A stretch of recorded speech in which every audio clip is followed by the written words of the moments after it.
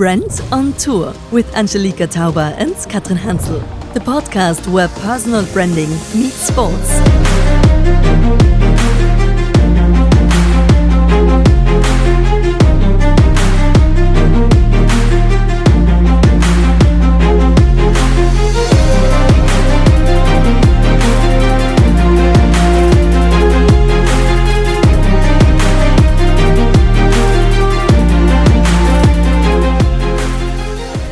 Ladies and gentlemen, a very warm welcome to our first episode of Brand on Tour podcast.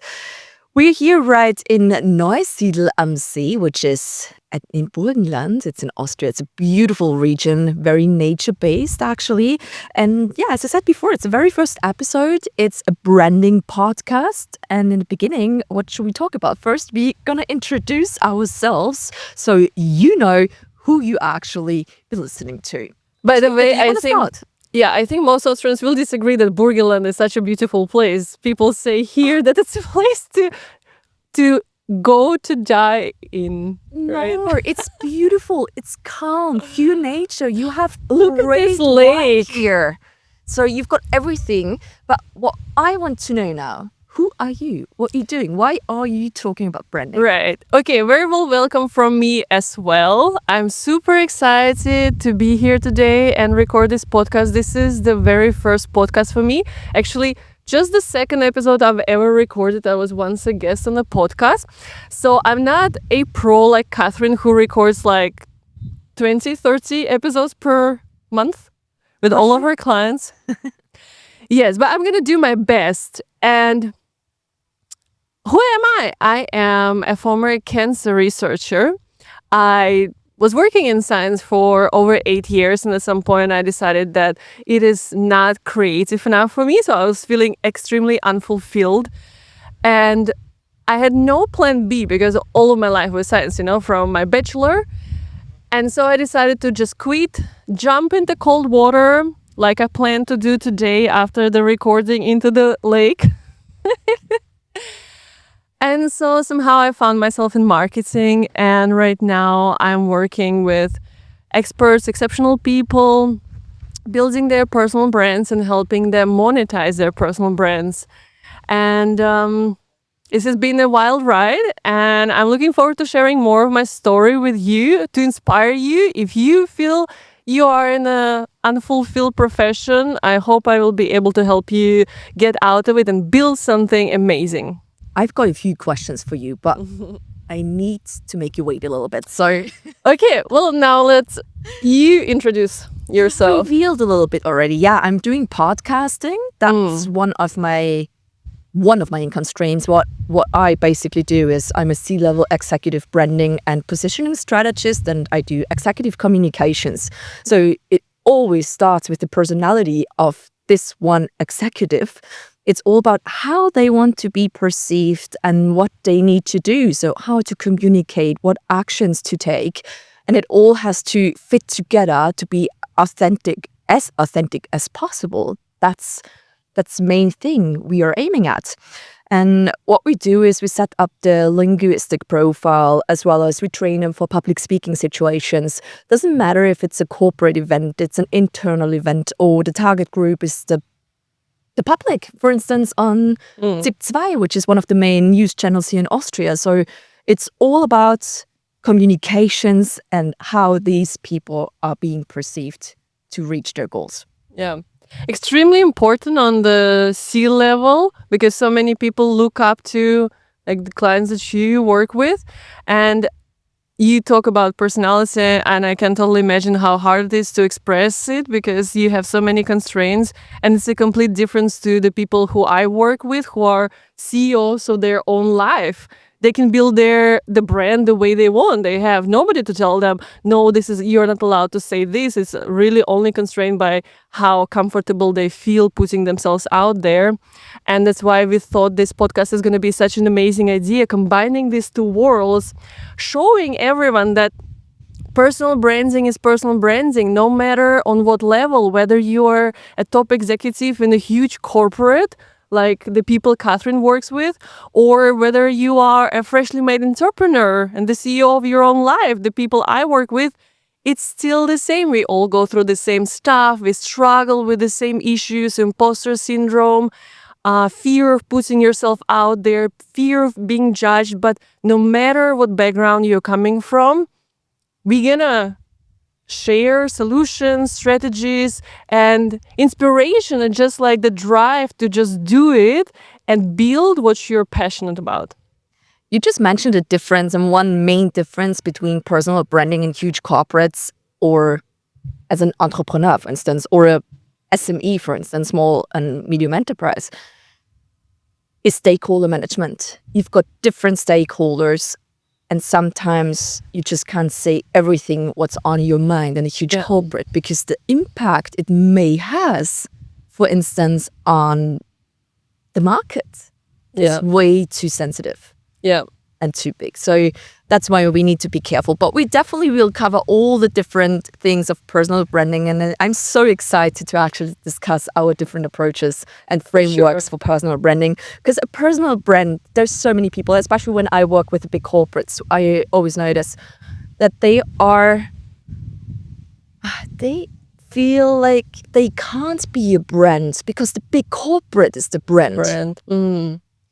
But the big corporates who have somebody on top that is a brand themselves, they perform even better because they are leaders. I mean, think of Apple and Steve Jobs, who is probably one of the most popular examples we would have on this planet. And there's many more. Yeah, there are crazy statistics. I wish we could pull them up, but since we are on such a random location, we are constrained with the internet on our tablets. But I roughly remember I wrote an article last year on LinkedIn collecting the 25 statistics about personal branding that you should know. And I think one of them was that over 80% of employees claim to work better, perform better, associate stronger with the company where they work if their leaders are visible online. And the consumer statistic about buying from brands whose leaders are visible online is very similar. So it has tremendous impact, and some people are leveraging it. Some people are still falling behind, letting their business brand do the job. That's not working in 2026, but gonna be awesome. And in the end, all the numbers you just mentioned, it's always about building trust. And trust can be built way easier through a personal brand than just having a corporate brand and, for instance, running very traditional advertisements. Personal brands build trust super easily. Amen. All right, so I think there is another pending question, and that is why we are here and what is this whole thing here, except for it being Neusiedler See. Catherine and I, apart from working in the same industry, also play the same sport, and that is beach volleyball. That's why that ball is located here.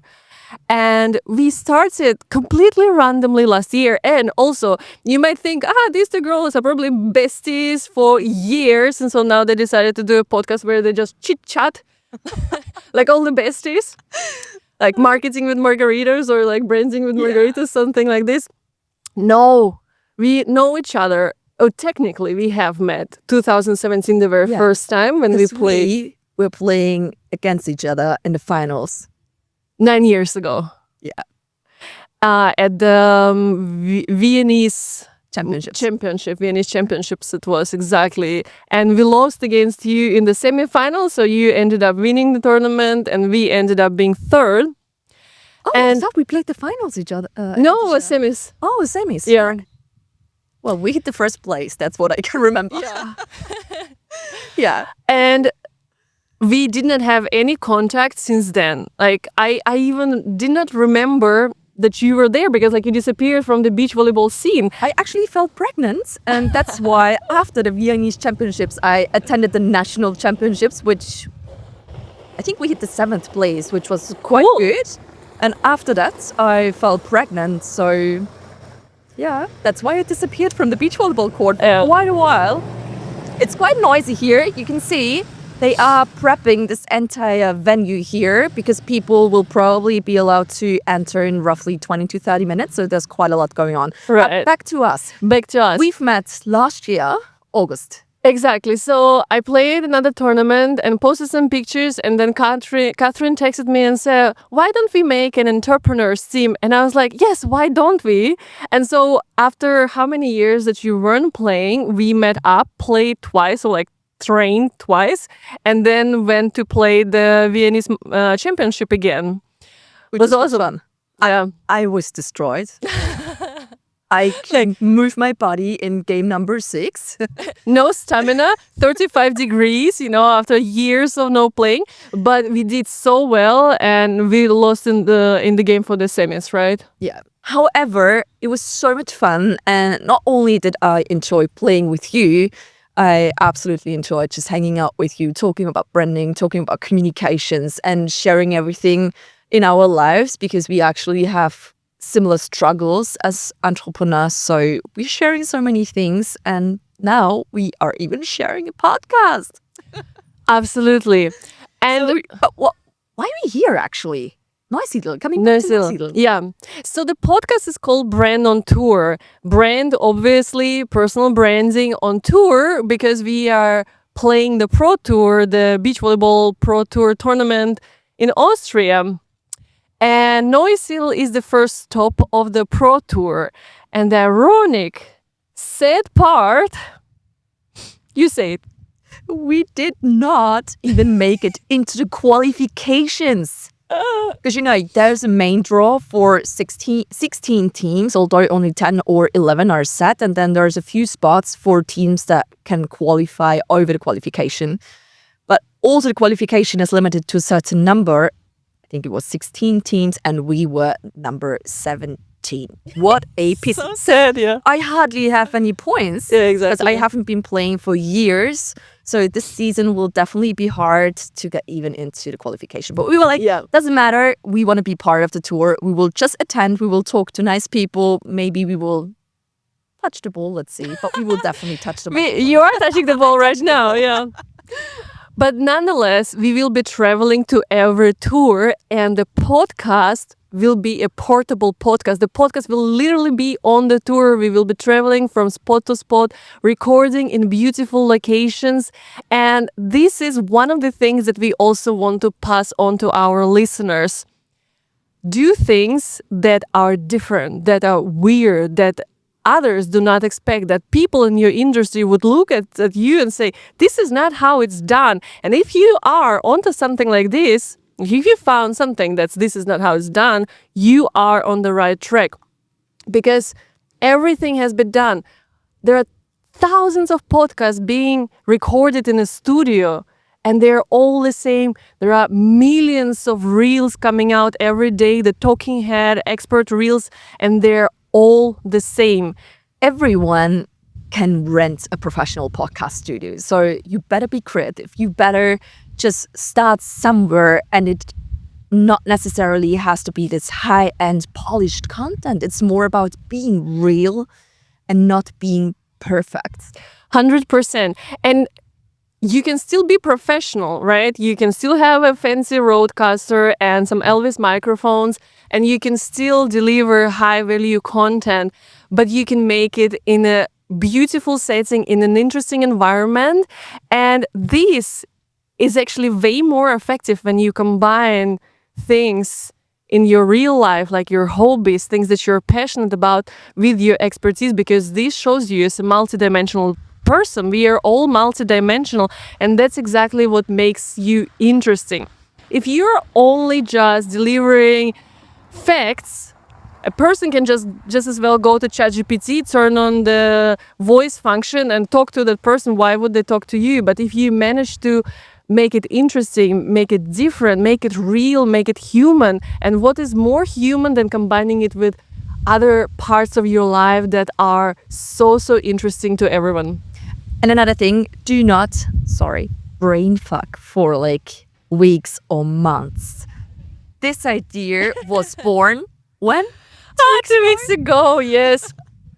I was inspired. So I go running every now and again. I live outside of Vienna. By the way, we are in Austria, so Neusiedler, Austria. We live in Vienna. We live next to Vienna in the outskirts, and it's literally a forest where I live, and I often go running. And I often listen to different podcasts where, that are like more like talking, less like, hey, some cool stuff happening. Chit-chat, yeah.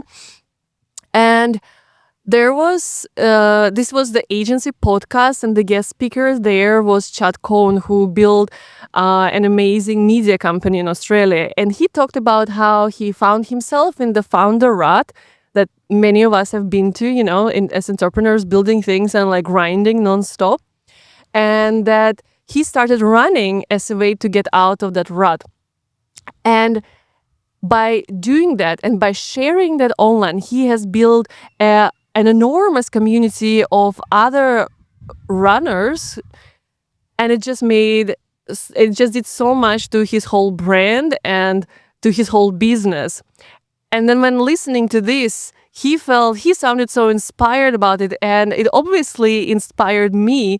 I felt the energy, and I was like, yes, that makes total sense. We all have some fantastic hobbies, and people find them interesting. So me and Catherine have been talking about potentially having a podcast for a while, but then it was like, yeah, just another podcast in the studio. And I just recorded a voice message and I said, Catherine, there is this idea. Why don't we do it? We are anyway on every tour, traveling every time. We just need our 3 phones, 3 tripods, the roadcaster, the microphones, and that's it. The chairs we stole. We just stolen here. We didn't steal them. We will bring them back. Yeah, we've lent them. Yeah, but I still remember this specific voice message. There was so much excitement to hear in your voice. It was like, okay, she's so passionate about it. I mean, I'll just give it a go. Because for me, that is quite a different thing, because people just know me in my business suits and my target group is in business suit, and it all looks very businessy from the outside. And now to see me like that is absolutely something new to many out there. I think not many people know that I actually come from sports, that I did a lot of different type of sports throughout my teenage years and even nowadays. So you either see me very elegantly in business attire, or you see me in sports gear. Like there's nothing in between, I would say. Yeah. So what can we expect from this podcast? Or not just we, what can our audience expect from the podcast? We plan to bring some fantastic people from sports, from business, to share their stories with you, and especially this connection between their former careers as athletes and what they do right now to build their personal brands, to build their businesses, the passion, the vision of what they're building. They talk openly about their challenges, about the lows and highs in life, and it's going to be so inspiring. For sure. This is the goal. This is the goal of this whole thing, to give you the energy to do things that you might have been afraid to do. And we'll kick some asses. For sure. So, Catherine, I think the last part of the podcast should be about our past as athletes. Of course, we are not professional athletes, but Catherine here is actually kinda. She was on the track. She was part of the youth national team. She became the Viennese champion 2017. She played the national finals, and she did trampoline jumping, which is completely insane. That shows what a fierce person she is, and that's why I think she has reached such success in her own business, working now with top 10 hugest corporates in Austria, like really the biggest ones. And this is not just an accident. This is not because life happened that way. This is the discipline, this is the commitment, this is the athlete mentality, maybe a bit of competitiveness, maybe a lot of competitiveness. Maybe. And I just want to ask you what role this whole sports and athlete mindset played in your life, because it definitely trained you as a child, right? It trained you to see the world in a certain way. It trained you to see setbacks in a certain way and how to come back. So What was it like in your life and how do you apply it in your business? Well, maybe I started in a very young age because actually I got into sports in the age of 6. I started playing volleyball and trampoline jumping almost at the same time. Although in the beginning I didn't want to play volleyball, it was just my parents' idea because they used to play. So I started to play when I was 8 or 9, and it got better quite quick. And in the age of 13, I switched to beach volleyball because, yeah, I just enjoyed it way more. And when I was 16 or 17, 16, I had an injury on my back, which was a very serious injury. So I had to stop from one to the other day. I still remember we would have flown to Tenerife on our trainings camp for 3 or 4 weeks. And I had to cancel 8 hours before our flight.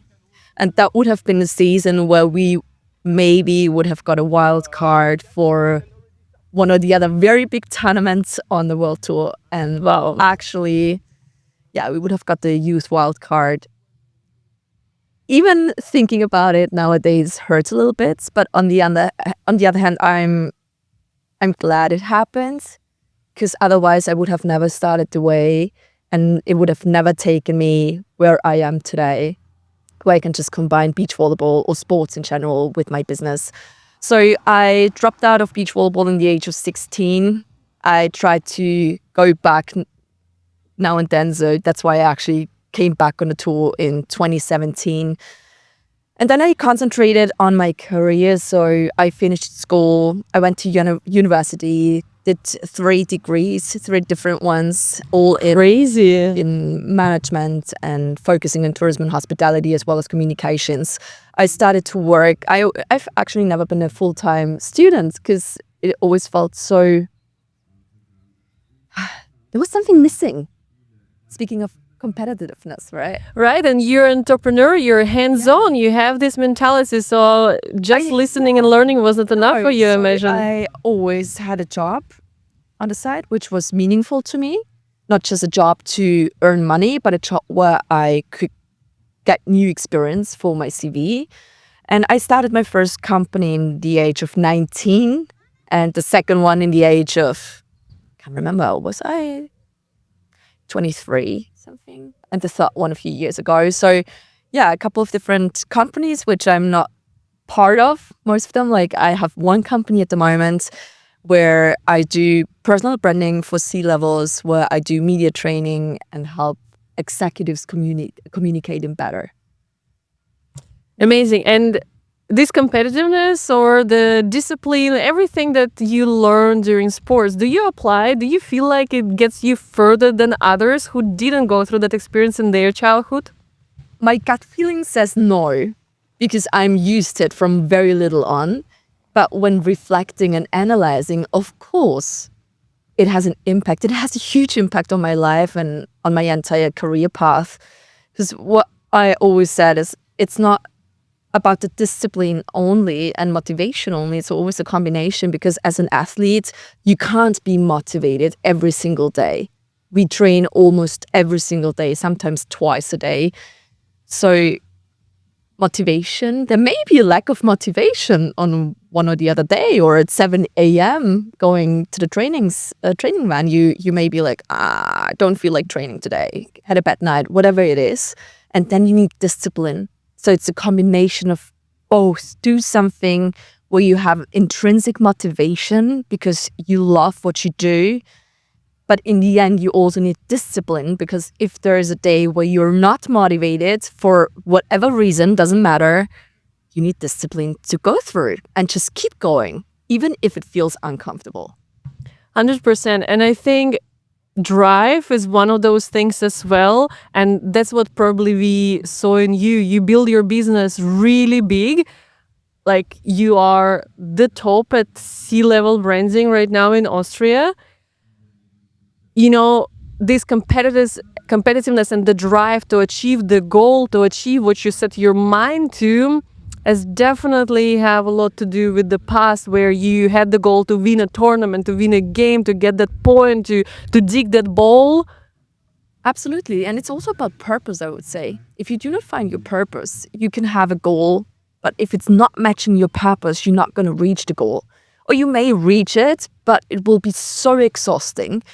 And I'm quite sure there won't be another goal in the same direction because it was too exhausting. So find something that makes you happy, where you find purpose in, and then set your goals, different goals. But Lika, what was actually the initiative, or where was the point where you said, I'm now going from cancer research into marketing? And were you aware that building your own personal brand can have such a huge impact on revenue, on image of your corporate? Right. As a scientist, I felt extremely boxed in, and I felt like I'm working really hard for somebody else's personal brand, right? Because in science, you have group leaders, PIs. They are ahead of, like, they are the leaders of the group. They are in charge of everything, which makes sense. They have a lot of responsibilities, and then most of the credit goes to them. Obviously, when you publish something, when you discover something, you're part of the group and you work for the personal brand of the group leader.